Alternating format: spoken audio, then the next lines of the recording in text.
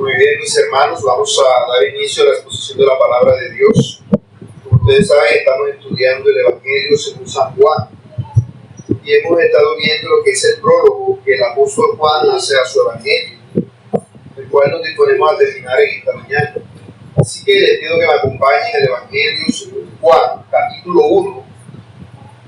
Vamos a exponer los versos del 14 al 18, pero vamos a leer todo el prólogo desde el verso 1.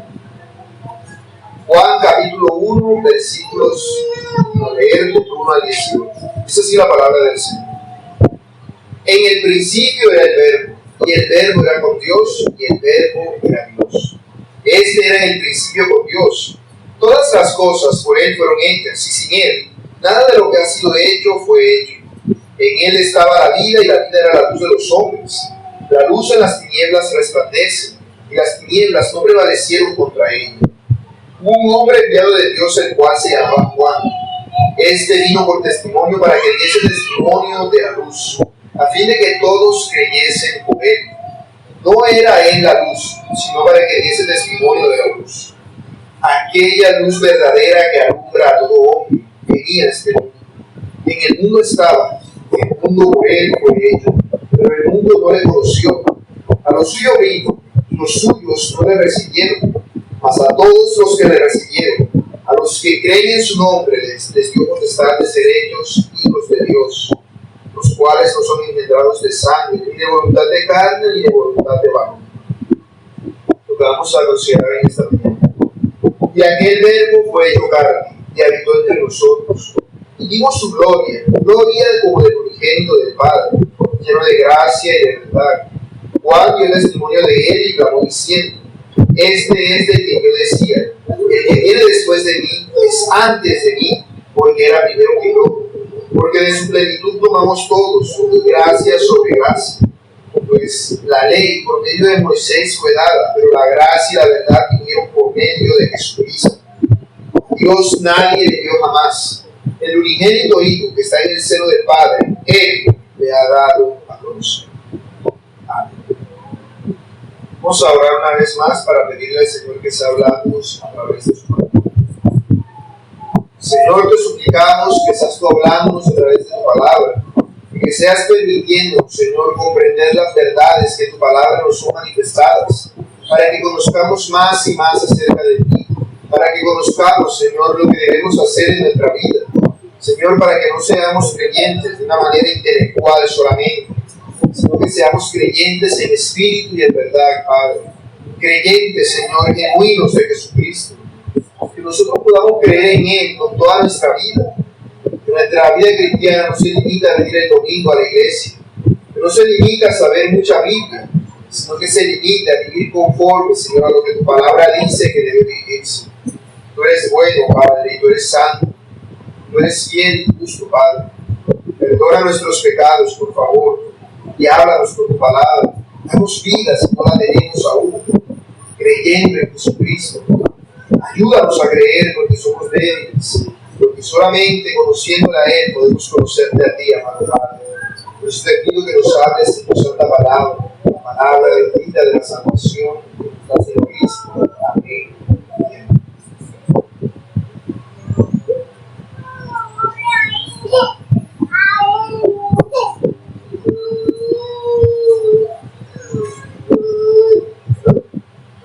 En cierta ocasión, un grupo de hombres se encontraba perdidos en lo más profundo de una cueva oscura, que no sabían cómo salir de allí.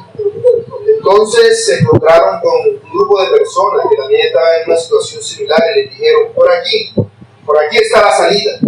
Y estos decidieron algunos irse por allí. Luego se encontraron con unos animales que iban en una dirección determinada y algunos dijeron: ellos saben dónde está la salida, vamos a seguir. Pero luego se encontraron con uno que les dijo: yo sé dónde está la salida. Y les dijo: sigan. De manera que no solamente les señaló el camino que debían seguir, sino que él lo transitó primero. Pisando por donde iba pisando, le iban diciendo: sigan mis pisadas, para evitar cualquier tipo de peligro. Ciertamente la vida cristiana se refiere a eso, a que nosotros, aunque veamos muchas cosas en este mundo que nos digan esto o aquello te dará la salvación, o te va a dar la felicidad, o te va a dar la plenitud. Todas esas cosas son temporales y son pasajeras. Solamente hay un camino que lleva a la vida. Ese camino es Jesucristo. Nosotros no hemos sido llamados simplemente a seguir su camino, sino a poner nuestros pies en sus pisadas, a andar como Él anduvo. Ese es el objetivo que tenía en mente el apóstol Juan cuando escribió este evangelio. Es lo que leímos al principio, cuando empezamos esta serie de sermones, en Juan capítulo 20, verso 31, cuando Él dice la razón por la cual Él escribe el evangelio. Pero estas cosas han escrito para que creáis que Jesús es el Cristo, el Hijo de Dios, para que creyendo tengáis vida en su nombre.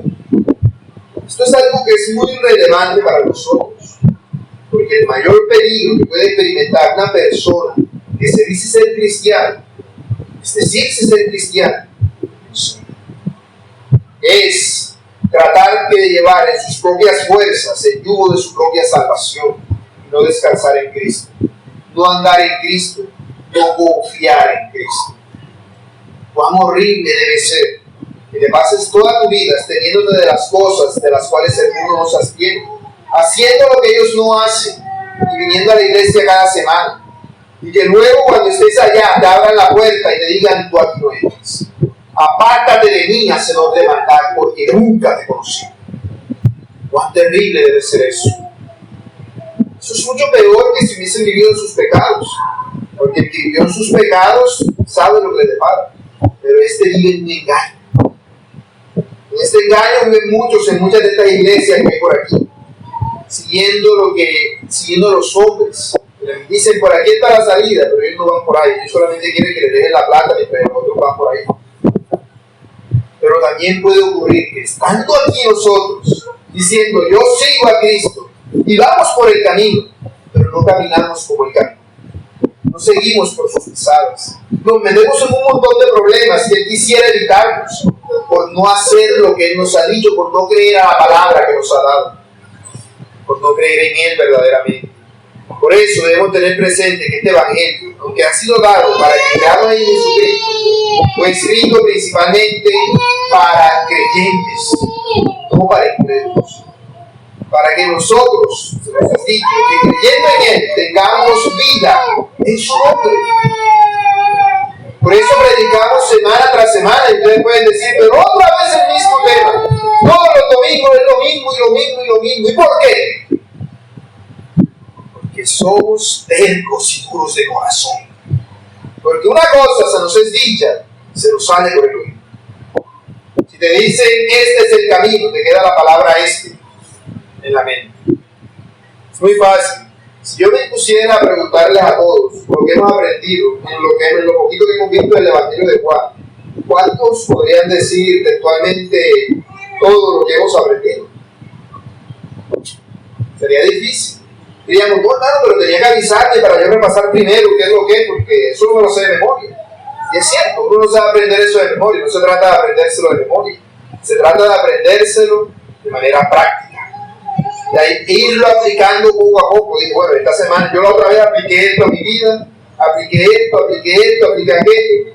Para mí es sencillo lo que voy a decir, porque he aprendido verdaderamente. Porque somos duros de corazón, y aunque decimos muchas veces con nuestra boca que creemos en Cristo, con nuestro corazón es.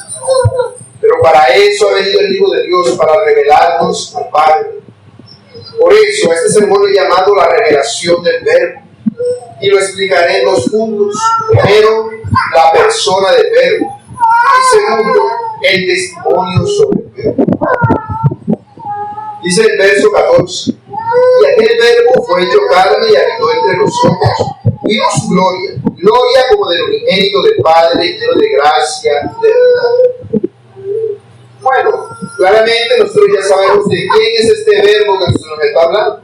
Inclusive si no hubiésemos visto las predicaciones anteriores, sabríamos que el Verbo del cual se nos habla es Jesucristo, porque Él es la revelación de Dios. Él es el mensaje de Dios para nosotros. No se trata de Jehová te dice que vas a hacer, no. Se trata de Jesucristo vivo. Él es la palabra de Dios que se hizo hombre y vino aquí con un propósito. Él se hizo carne. Se hizo de carne y hueso como somos tú y yo. Y eso es algo que escapa a nuestra comprensión si entendemos lo que es Dios, hermano. Si tenemos una pizca de idea de lo que en realidad es Dios, ¿cómo puede ser eso posible? El ser infinito se hizo finito. El que es el creador se hizo una criatura. ¿Cómo puede ser eso posible? Si tú dijeras, aquí están las hormigas, hice un poco esta mañana y las maté sin darme cuenta. Pobrecita, voy a volverme hormiga, voy a andar entre ellas. Aún así, si te rebajaras a ser una hormiga, no serías ni una pizca, no sería ni una pizca de humillación la que estarías experimentando con relación a la que hizo Cristo al hacerse hombre, a la que experimentó Él. Él se despojó, dice, de sí mismo. No, dice Filipenses 2:6, el cual siendo en forma de Dios, no estimó el ser igual a Dios como cosa que aferrarse. No siente que va a perder cierta situación económica y busca la manera de aferrarse a eso. Busca la manera de mantenerse apegado a ello. Aún la esposa de Lot miró atrás porque estaba aferrada a la ciudad de Sodoma. Nosotros muchas veces decimos, voy con Cristo. Tenemos un tiempo. Tenemos una mano aquí agarrada a una soga que está allá. No me suelte. Me aferro a eso. Pero Cristo, siendo Dios, no estimó el ser igual a Dios como algo a lo que aferrarse, sino que se despojó a sí mismo tomando forma de siervo. Dicho de otra manera, haciéndose esclavo, hecho semejante a los hombres. Eso es una humillación que escapa a toda comprensión. Nosotros no podemos entender ese grado de humillación que Cristo experimentó. No lo podemos. Podemos decir, no, Dios se hizo hombre. Pero no entendemos lo que en realidad es que el Creador entre a su creación. No lo entendemos. Muchas veces pensamos, no entendemos el sacrificio que Cristo hizo en la cruz, y es verdad, no lo entendemos. Pero no lo entendemos porque no entendemos todo lo que Cristo ya ha venido haciendo. Solamente, como dicen, no fue la gota que derramó el vaso. Fue lo último que faltaba para que se completara su obra. Por eso cuando muere dice consumado es. He seguido todo el trayecto que me han trazado. He llegado a ti. He hecho todo lo que me mandaste. Dios se ha revelado en Cristo. Por eso es que digno a morir en una cruz. Dios se revela a nosotros a través de su creación. Lo hemos visto claramente. La revelación general, ¿dónde está? En todo lo que existe. Tú ves los cielos. ¿Dónde empiezan? ¿Dónde se acaban? ¿Dónde está la orillita del cielo para ver qué hay detrás? Puedes ver. El hecho de que haya algo así, te da a entender de que hay alguien que es mayor que eso, que está por sobre eso. Dios se revela en lo que Dios ha creado. Pero además Dios se ha revelado textualmente con su palabra, a través de sus siervos, los profetas y los apóstoles. Por eso tenemos la palabra de Dios a nuestro alcance. Pero no existe una revelación que sea como lo que es Jesucristo. Jesucristo es la máxima revelación de Dios. Eso es lo que les decía ahora al recibir, en Hebreos 1, del 1 al 3. Dios, habiendo hablado muchas veces y de muchas maneras en otro tiempo a los padres por los profetas, en estos postreros días nos ha hablado por el Hijo. El Hijo es Jesucristo. Dice Lutero, la palabra se ha hecho carne y la carne de Cristo es la carne de Dios. La carne de la divinidad, la carne del Hijo de Dios, que es la misma carne de su Padre. Porque es uno en esencia con Él. Porque cuando pensamos que Cristo se encarnó, podemos caer en el error de pensar que Cristo dejó de ser Dios. Eso es lo que escapa a la comprensión. La palabra que aquí aparece es la misma palabra que hemos visto anteriormente, kinomai, significa ser hecho. Cristo empezó a ser hombre, mas no dice que haya dejado de ser Dios. Cuando se encarnó, Él empezó a ser un hombre, pero Él nunca dejó de ser el ser infinito que era. No, de ninguna manera. En su encarnación, Él se hizo un hombre al 100%, pero Él seguía siendo completamente Dios. No era miti-miti, mitad Dios, mitad No era, no, bueno, pausa, ya no soy Dios, ahora soy hombre, cuando resucite otra vez soy Dios. No, Él siempre fue Dios hombre. Siempre. ¿Cómo es eso posible? No tengo ni la más remota idea. Pero eso es lo que el Señor nos ha revelado. Dios se encarnó completamente en Jesucristo. Y esto es algo con lo cual tenemos que tener cuidado. Porque el problema está en que Dios se ha revelado. Y nosotros conocemos de Dios lo que Dios nos ha dado a conocer. Pero si Dios no nos ha dado a conocer algo, a nosotros no nos corresponde querer conocer. No nos corresponde querer conocer aquello que Dios nos ha dado a conocer. Porque escapa a nuestra mente, escapa a nuestra comprensión.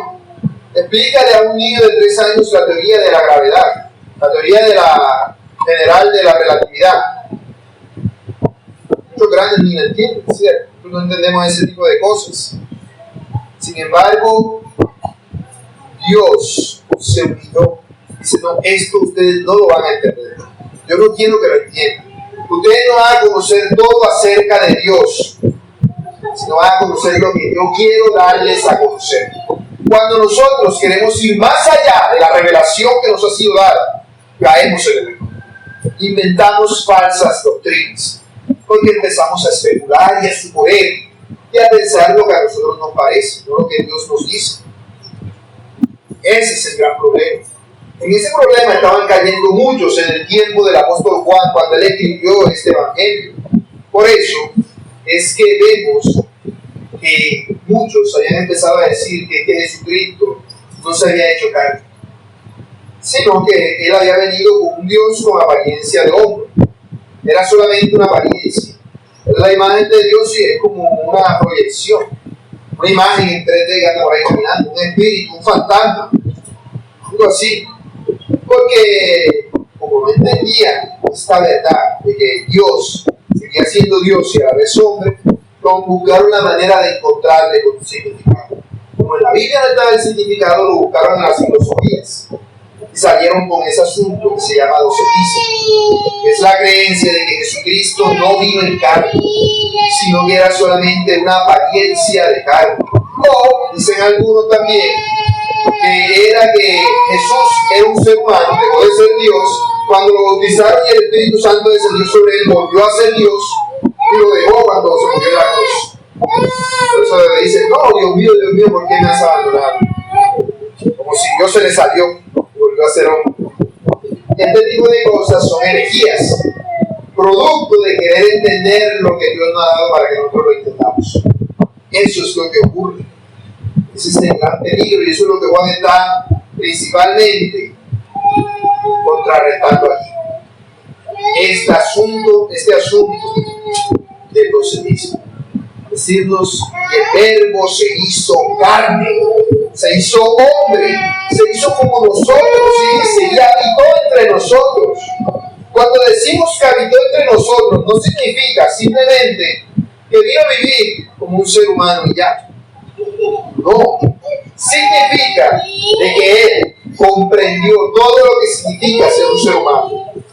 Porque también podríamos, al querer especular, pudiéramos llegar a pensar, es que Jesucristo cuando se hizo hombre, Él fue un hombre como Adán antes de pecar. Ciertamente vemos que la naturaleza caída no está en Él como en todos nosotros, pero hay algo allí. Hay algo allí porque de lo contrario no podría experimentar tentación. Hay un estado en Él que lo hace. Por eso les dije, no podemos entender.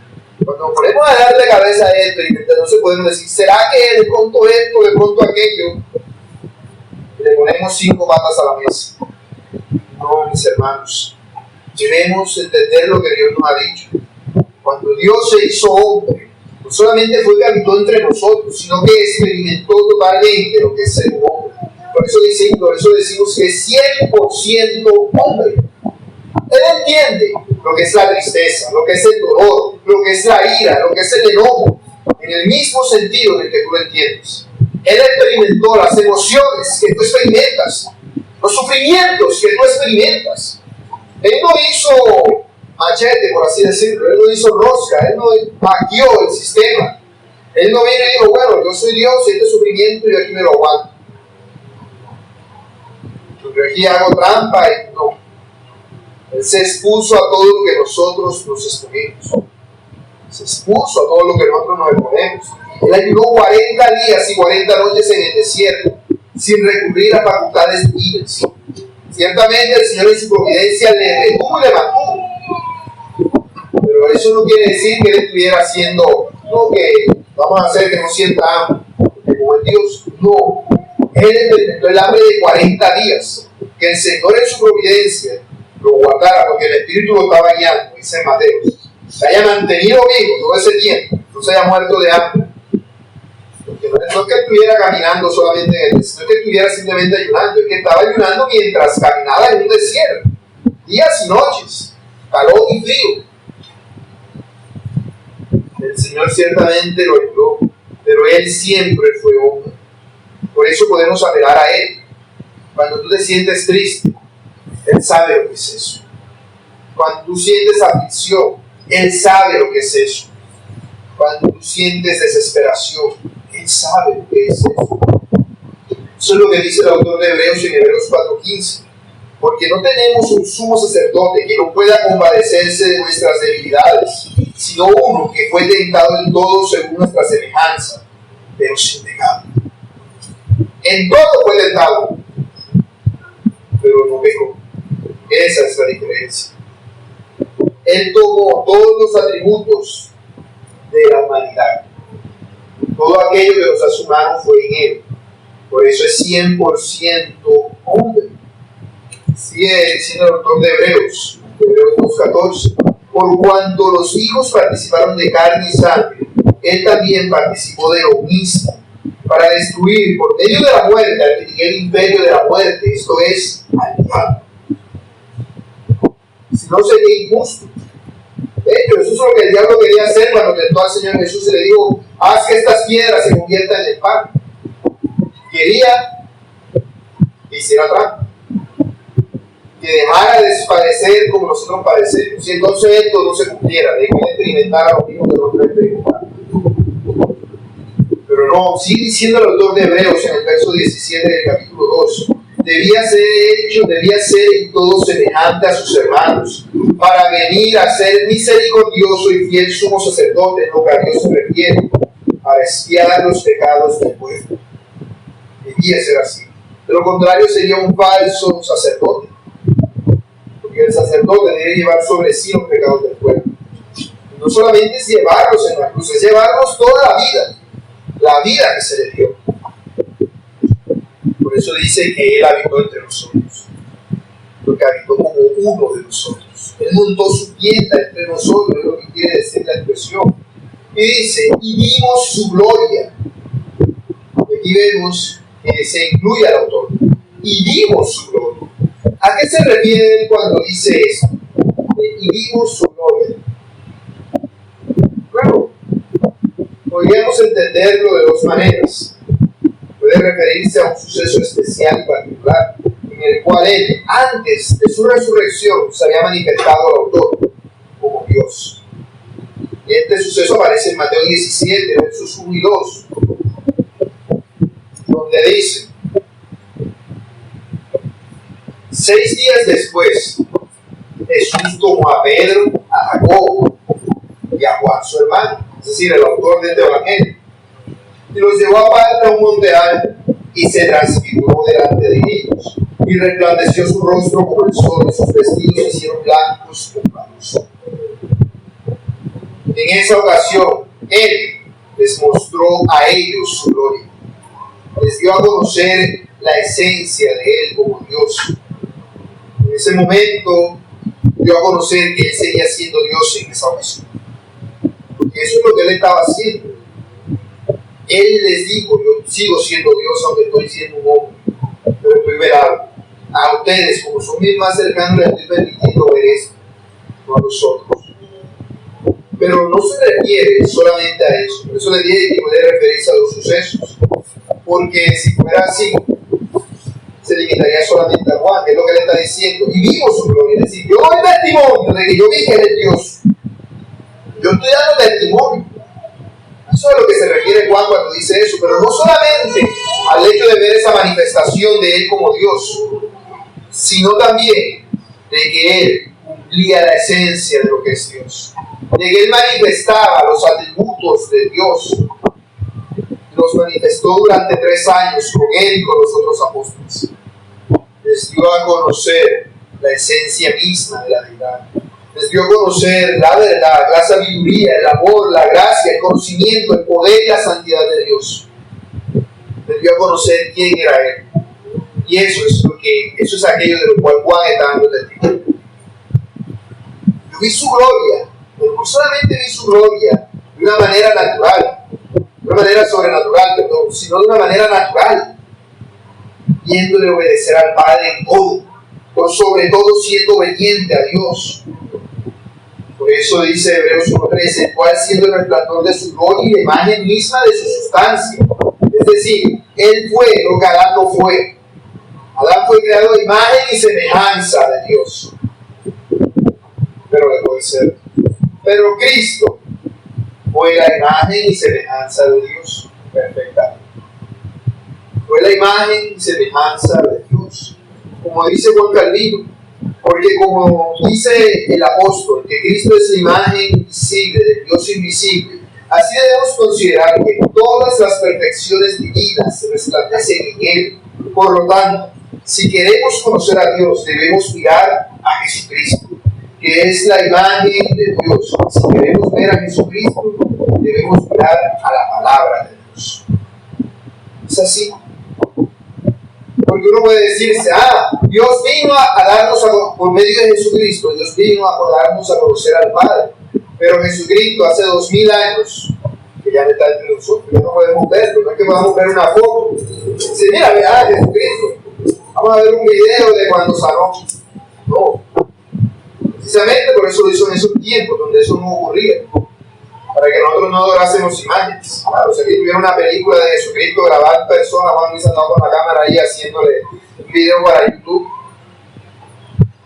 El video sería unido, porque adorarían al video, no al que está presentado en el video. Precisamente se nos revela ese Jesucristo, y es su revelación la que nos permite conocer. La revelación que es en Cristo Jesús. Y vemos que se nos dice que se ha revelado como el unigénito del Padre, es decir, como aquel que posee la misma naturaleza que el Padre.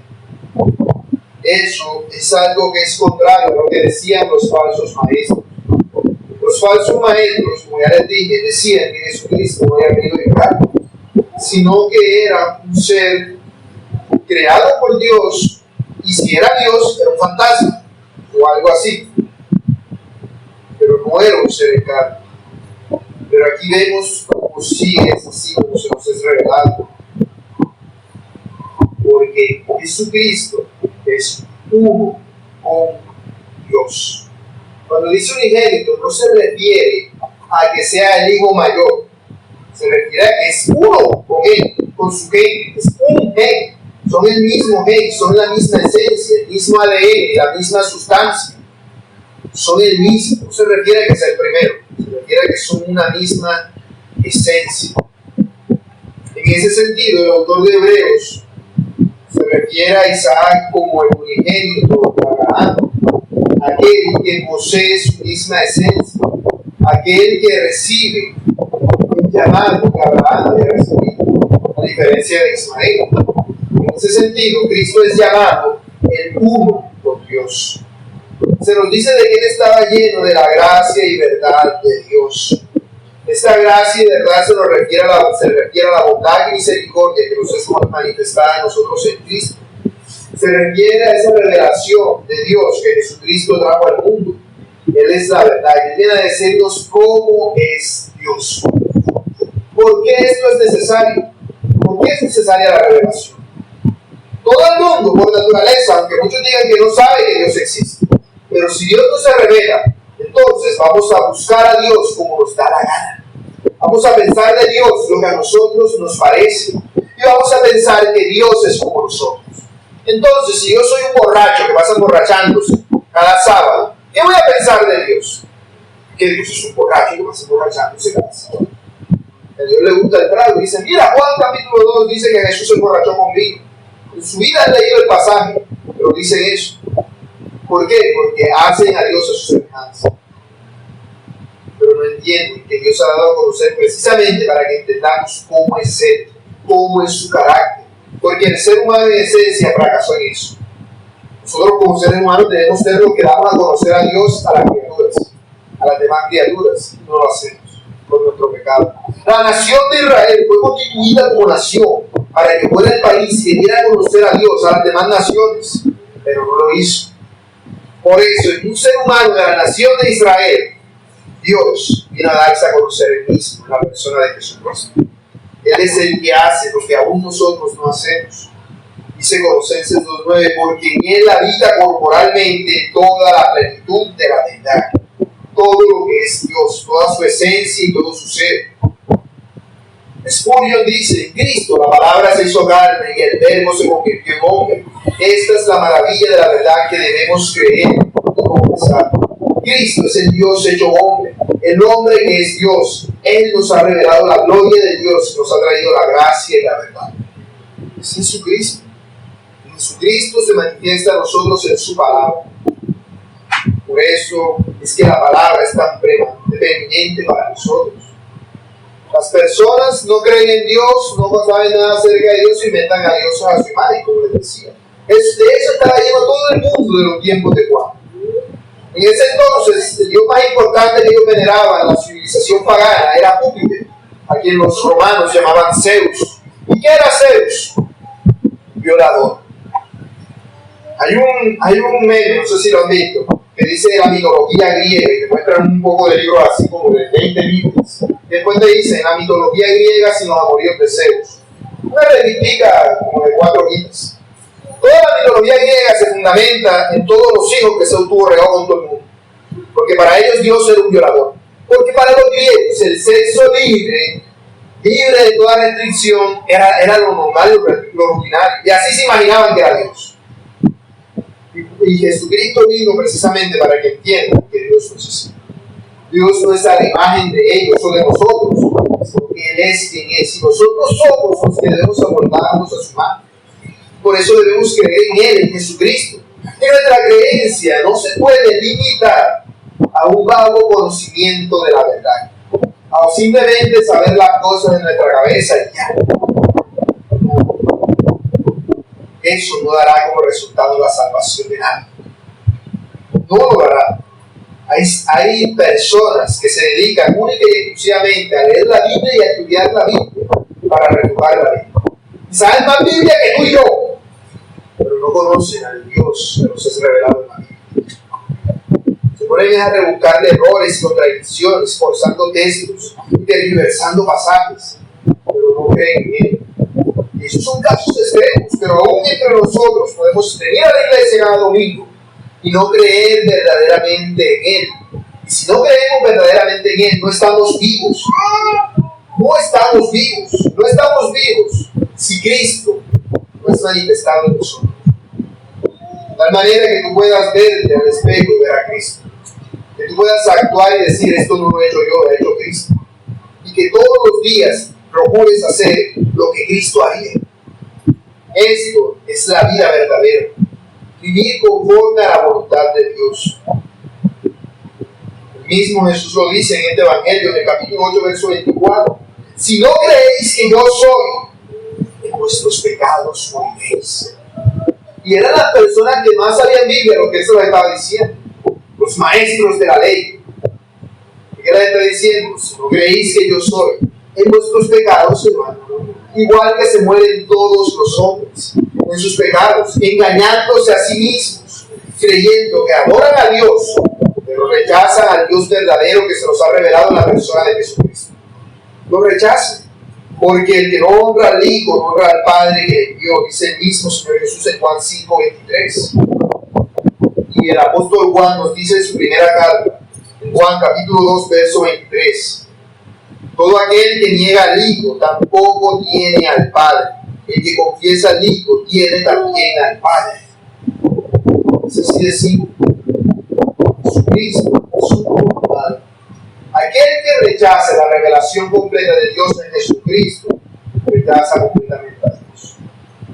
Por eso Juan dice que todo aquel que niega que Jesucristo ha venido en carne es el anticristo. Es anticristo. Porque no cree verdaderamente en Dios, no cree verdaderamente en Cristo. Y Jesucristo vino a demostrarnos al Padre, para que nosotros entendamos qué es lo que debemos hacer, para que nosotros veamos cuál es la vida verdadera, para que nosotros entendamos cuál es la verdad que nos ha sido revelada y para que transitemos por el camino de la salvación. Segundo punto, el testimonio sobre el Verbo. Sigue diciendo el apóstol Juan. Juan dio testimonio de él y clamó diciendo: este es el que yo decía, el que viene después de mí es antes de mí porque era primero que yo. Aquí vemos cómo el apóstol Juan pasa de hablar de Jesucristo como la revelación de Dios y ahora pasa a dar testimonio. Pero en la cultura de Israel, como ellos eran un pueblo que se sometían a la palabra de Dios, al menos hasta cierto punto, ellos sabían que ningún testimonio era verdad si no era por boca de 2 o 3 testigos. Y Juan está diciendo: yo no soy el único testigo, hay otros apóstoles como yo que damos testimonio de todas estas cosas. Pero además de eso, antes de que el Señor viniera, hubo uno que dio testimonio de él, y era otro Juan, no soy yo. Por eso vemos que él habla de Juan el Bautista. Ese era su testimonio. Él había sido enviado para dar testimonio de Cristo que había de venir. Por eso vemos que se nos dice de él que él es voz de uno que grita en el desierto: preparen el camino para el Señor, háganle sendas derechas. Él era el heraldo que anunciaba la llegada del Mesías. Él era el que había venido a dar la mala noticia, para que cuando Cristo viniera pudieran recibir la buena noticia del Evangelio. Él les iba a decir a los judíos: ustedes son pecadores y deben arrepentirse. Por eso los mandaba a bautizarse. A bautizarse era decirle, como si tú vinieras a la iglesia y dijeras: tú eres de una falsa religión, hasta ahora has creído pura mentira, tienes que volverte a bautizar, porque todo lo que has creído hasta ahora es como bueno. Eso era lo que Juan les estaba diciendo a los judíos. El bautismo, por así decirlo, que para ellos era la circuncisión, ustedes recibieron, según ustedes los hace hijos de Abraham, es falso. Por eso necesitan lavarse de sus pecados y bautizarse para perdón de pecados. Esto era lo que Juan anunciaba y de lo que él daba testimonio. Este testimonio, en este mismo capítulo, el apóstol Juan lo va a entender a partir del verso 19. Pero aquí lo resume con algo muy concreto, y es la posición que Juan el Bautista tenía delante del Señor Jesús. ¿Qué pensaba Juan el Bautista del Señor Jesús? Montaron el negocio enfrente, la competencia. No es cierto. Él vino precisamente a reconocer la grandeza de él, humillándose a sí mismo. De hecho, en el capítulo 3 de este Evangelio, en el verso 30, Juan el Bautista dice: es necesario que él crezca para que yo venga. Porque él es más importante que yo. Eso es lo que él reconoce y lo que el apóstol Juan está citando aquí. El que viene después de mí es antes de mí, porque era primero que yo. Eso es algo que nos da a entender que Juan estaba literalmente diciendo que antes de que él existiera, ya Cristo existía. Porque si nos damos cuenta, ¿quién nació primero, Juan o Jesús? Juan nació 6 meses antes.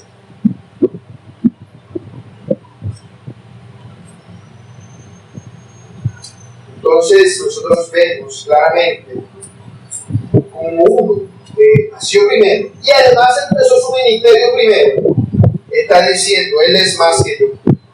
Cuando yo empecé todo esto, él ya reinaba. Él ya ha estado aquí a lo largo de todo este tiempo. Él es el mismo que siempre ha sido. Él es aquel que se manifestó a Adán y a Eva en el huerto. Él es aquel que se le apareció a nuestro antepasado Abraham. El mismo Señor Jesús da testimonio de eso en Juan capítulo 8, verso 58. Dice el Señor Jesús: de cierto os digo, antes que Abraham fuese, yo soy.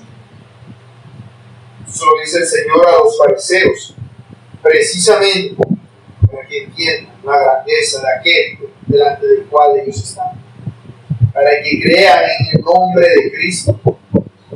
Está diciendo que aún ustedes tienen oportunidad de arrepentirse.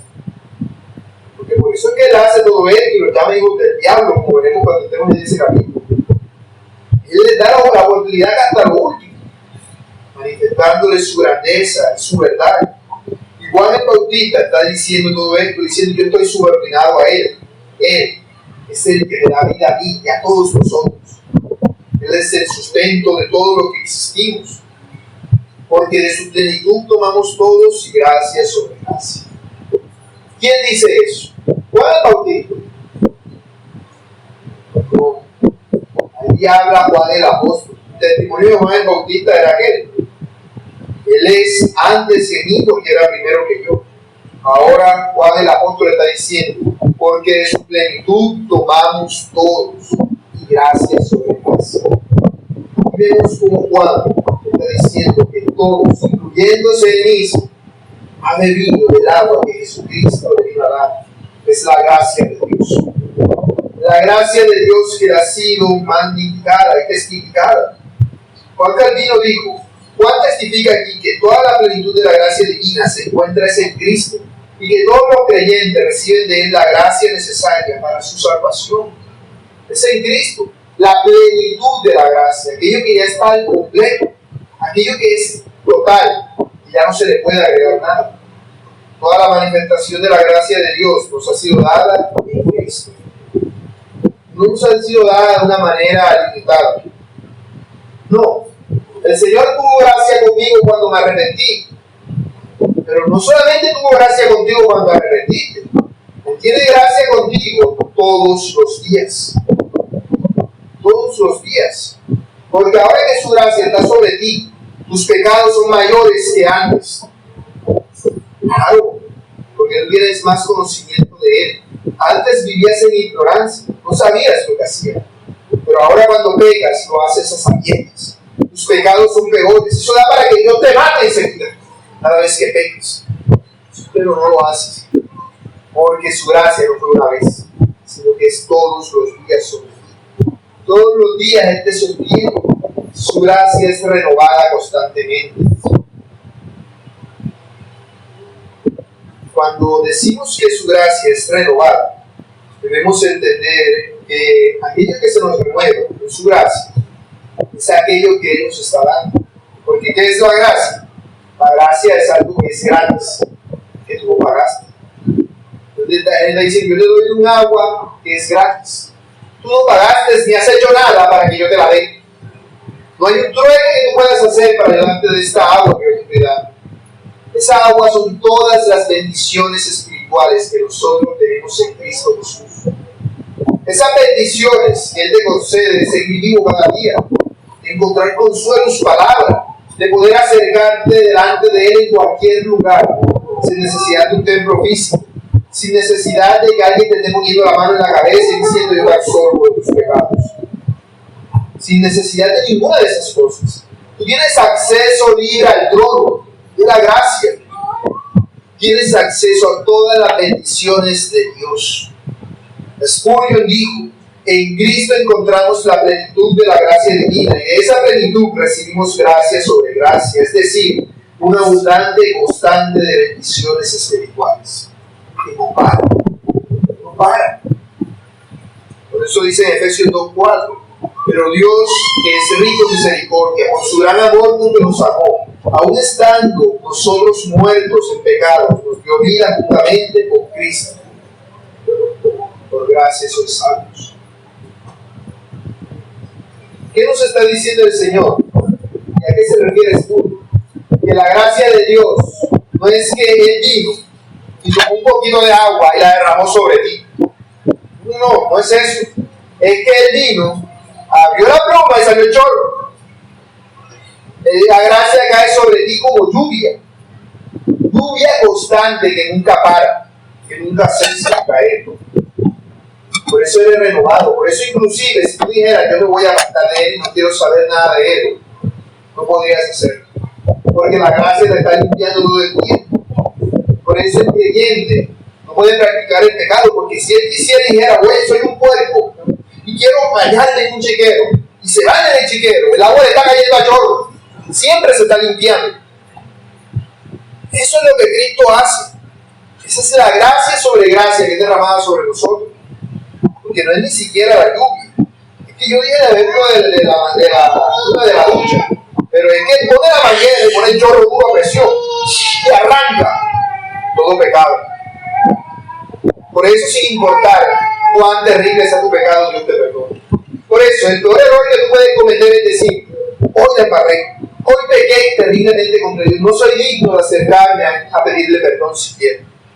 No, eso es una ignorancia completa de que el Señor te está limpiando todo el tiempo. Es que si Él no te hubiese limpiado, te hubiese muerto en el momento que pecaste. Claro, yo puedo decir, no, vi pornografía. Ya no soy digno de acercarme a ver a Dios. No, es que si Dios no te estuviera limpiando en el momento en que estabas viendo eso, te hubiese dado un infarto al corazón y hubiese muerto. Tu pecado hubiese muerto. Pero si Dios te está dando oportunidad de que le pidas perdón, es porque tú tienes acceso a Él. Porque Él te está limpiando constantemente. Eso es lo que hace Jesucristo. Esa es la fuente de agua que salta para la vida eterna. Por eso dice Juan, pues la ley por medio de Moisés fue dada, pero la gracia y la verdad vinieron por medio de Jesucristo. ¿Qué tiene que ver la ley con todo esto? Es la ley la que nos acusa de nuestros pecados. Es la ley la que nos hace ver los pecadores que somos. Si no hubiera ley que me dijera que es pecado mentir, ¿cómo sabría yo que decir una mentira es pecado? No sabría, a menos que alguien más me lo diera a conocer. Pero el asunto es que eso lo sabemos de fábrica, porque la ley viene escrita en nuestro corazón. Nadie va a decir, es que a mí Dios no me dio, yo nunca escuché los mandamientos. No, nace con eso de fábrica. De fábrica ya viene la ley escrita en tu corazón, y por Moisés solamente ha sido manifestada por escrito. Ha sido puesta por escrito y firmada y sellada por Dios, para que no estuviesen diciendo cuál es la ley. Pero la ley ha venido para darnos a conocer los pecadores que somos. Por eso dice el apóstol Pablo en Romanos 7:7, ¿qué pues diremos? ¿La ley es pecado? De ninguna manera. La ley es la verdad que es santa y el mandamiento santo, justo y bueno. Dios nos enseña a través de la ley la necesidad de la gracia de Dios. La necesidad de la gracia de Dios. Dice Calvino, la ley por ser imperfecta no podía dar la vida, pero la gracia, que es la fuente de toda bendición, la vida eterna incluida, es dada por Jesucristo, quien es el verdadero y eterno Hijo de Dios, en quien se revela la plenitud de la gracia del Padre. Es por la gracia de Dios que nosotros podemos seguir viviendo y existiendo. Así vemos cómo Juan habla claramente acerca de la diferencia que existe entre la ley y la gracia. La ley nos ha sido dada a conocer a ellos, los judíos. Por eso dice, por medio de Moisés. Pero la gracia ha venido por Jesucristo. La gracia ha venido por Jesucristo. Una cosa lleva a la otra. Si no hay ley, no va a haber gracia. No puede ser así. Es necesario que esté la ley para que la gracia sea sobre ti. Es necesario. Y el hecho de que recibas la ley es por gracia. Por eso dije, nacemos de fábrica con ella. Es por gracia de Dios que recibimos la ley. Porque la ley no tiene el poder de salvar a nadie. La ley tiene el poder de decirte lo que estás haciendo mal. No tiene el poder de ayudarte para que dejes de hacerlo. Es en la gracia, por gracia, que recibes la bendición espiritual de Dios que te ayuda a través de su Espíritu Santo para que te amoldes al carácter de Dios. Por eso dice Pablo en Gálatas 3:24, de manera que la ley ha sido nuestro ayo para llevarnos a Cristo, a fin de que fuésemos justificados por la fe. La ley es nuestro ayo, nuestra niñera, nuestro profesor. Diciendo esto, punto y coma, tilde, para que te des cuenta de tu necesidad de Cristo. Yo John Knox, el que fue antes de Lutero, dijo: la ley de Moisés fue dada para mostrar la necesidad de la gracia, pero la gracia misma es dada por Jesucristo, quien es la manifestación visible de la gracia de Dios al mundo. Él es la fuente de toda bendición y la única manera de obtener la vida eterna. Solamente es de Cristo. La ley entonces se refiere a todo ese conjunto de reglas que nos enseñan lo que está mal delante de Dios. Y la gracia es aquella bendición gratuita que recibimos de Dios, por medio de la cual nosotros podemos ser aportados a andar en su camino. Dice Lutero: porque Él es la verdad que nos enseña el camino de la salvación, y es la gracia que nos da la fuerza para seguir por ese camino. Nos da la fuerza. Cuando tú dices: ya no puedo más por este camino, Él viene y te dice: yo te llevo, yo te cargo, de aquí no te voy a dejar salir. Gracias. Por su gracia es que Él está. Y notemos que se nos dice, se nos habla de Jesucristo. Un término que veremos adelante en el Evangelio, que no es utilizado mucho. Se refieren al Señor como Jesús. Acá se nos dice Él, Jesucristo, como la manifestación entera, la manifestación completa. La expresión Jesucristo, a diferencia del término Jesús o del término Cristo, se refiere a Dios, 100% hombre, 100% Dios.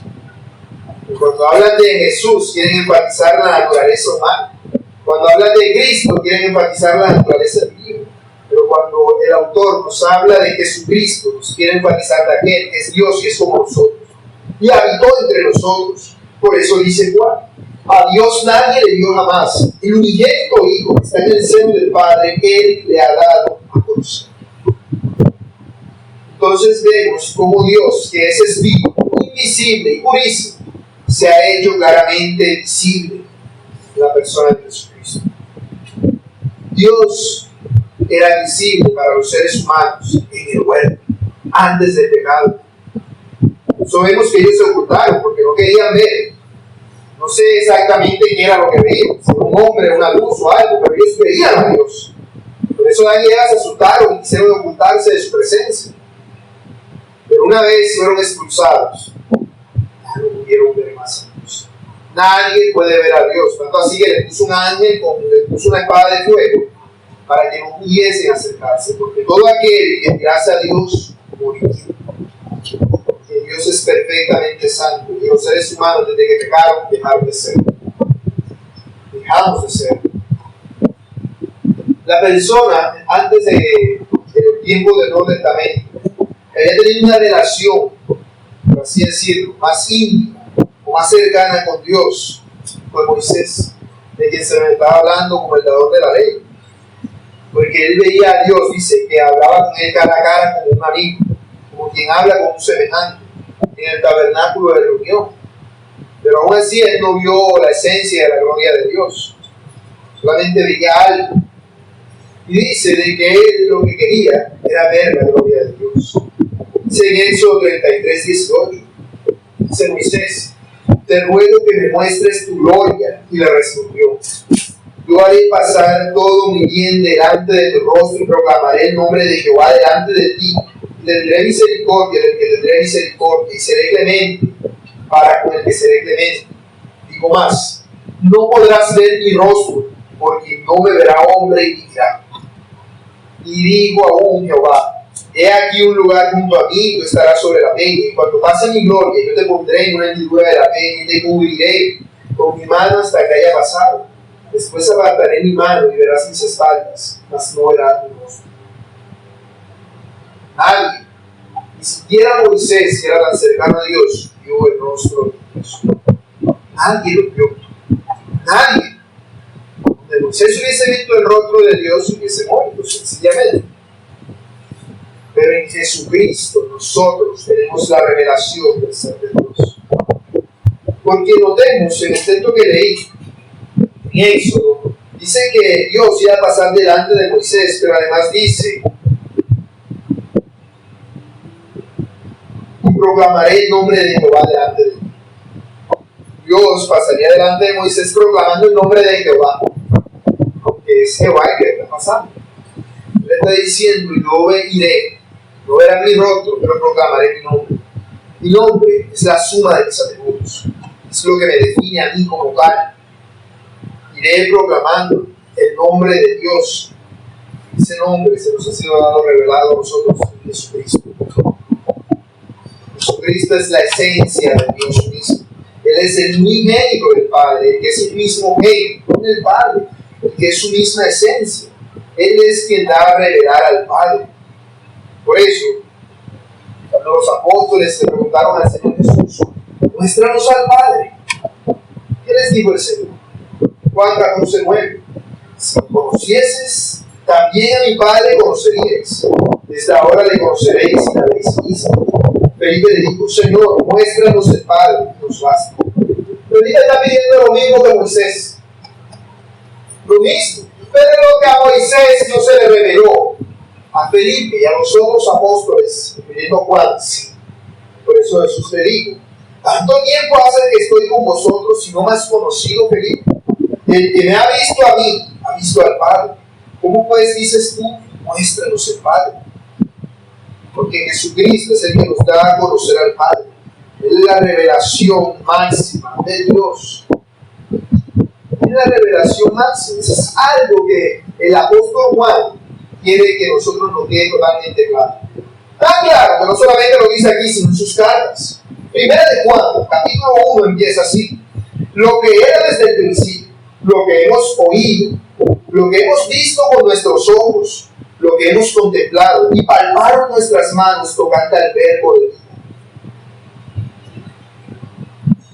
¿Qué es lo que Juan quiere que nosotros creamos? Es un testimonio de los apóstoles acerca de Jesucristo, de que conocer al Padre es conocer al Hijo. Conocer al Padre y al Hijo es la vida eterna y la máxima dicha. La vida eterna, como ya nosotros sabemos, no empieza en el momento que vayamos al cielo. La vida eterna empieza en el momento en el que tú empiezas a conocer al Padre y al Hijo. Por eso dice Jesucristo, y esta es la vida eterna, que te conozcan a ti, el único Dios verdadero, y a Jesucristo al que me has enviado. Esa es la vida eterna. De eso se trata todo. Por eso dice el Señor, yo he venido para que tengáis vida y vida en abundancia. Vida en abundancia no es cuando estés allá, es cuando estés acá. Es para que seas feliz aquí en la tierra. ¿Por qué nos cuesta tanto todo esto? ¿Por qué experimentamos tanto sufrimiento? ¿Por qué no somos felices? Porque nos falta conocer al Padre Jesús. Porque aquí es cuando empezamos a hacerlo. Por eso yo estoy seguro que si le preguntara ¿quién está dispuesto a morir por Cristo? Muchos dirían que sí, pero si hubiera alguno a matarnos, muchos saldrían a esconderse. ¿Por qué? Porque decimos no somos felices. Porque no conocemos por completo al Padre. Por eso es necesario que conozcamos a Jesucristo. Para que nuestra vida sea completa. Para que nuestro gozo sea total. Así podrás vivir debajo de un puente y serás la persona más feliz del mundo. Así podrás morir enfermo de la peor de las enfermedades y los perros comerse tu carne y ser la persona más feliz del mundo. Así podrás quedarte soltero, sin hijos y solo y ser la persona más feliz del mundo. Porque Jesucristo lo es todo en todo. El problema es que decimos que creemos, pero nuestro creer es muy débil. Porque muy poco le conocemos. Aplicaciones. El énfasis del apóstol Juan es Jesucristo y nuestro conocimiento de Él. Por eso saco 5 aplicaciones para nuestra vida.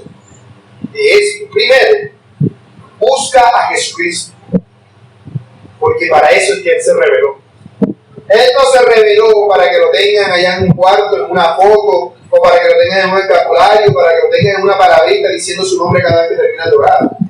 No, Él se reveló para que le busques, para que le conozcas.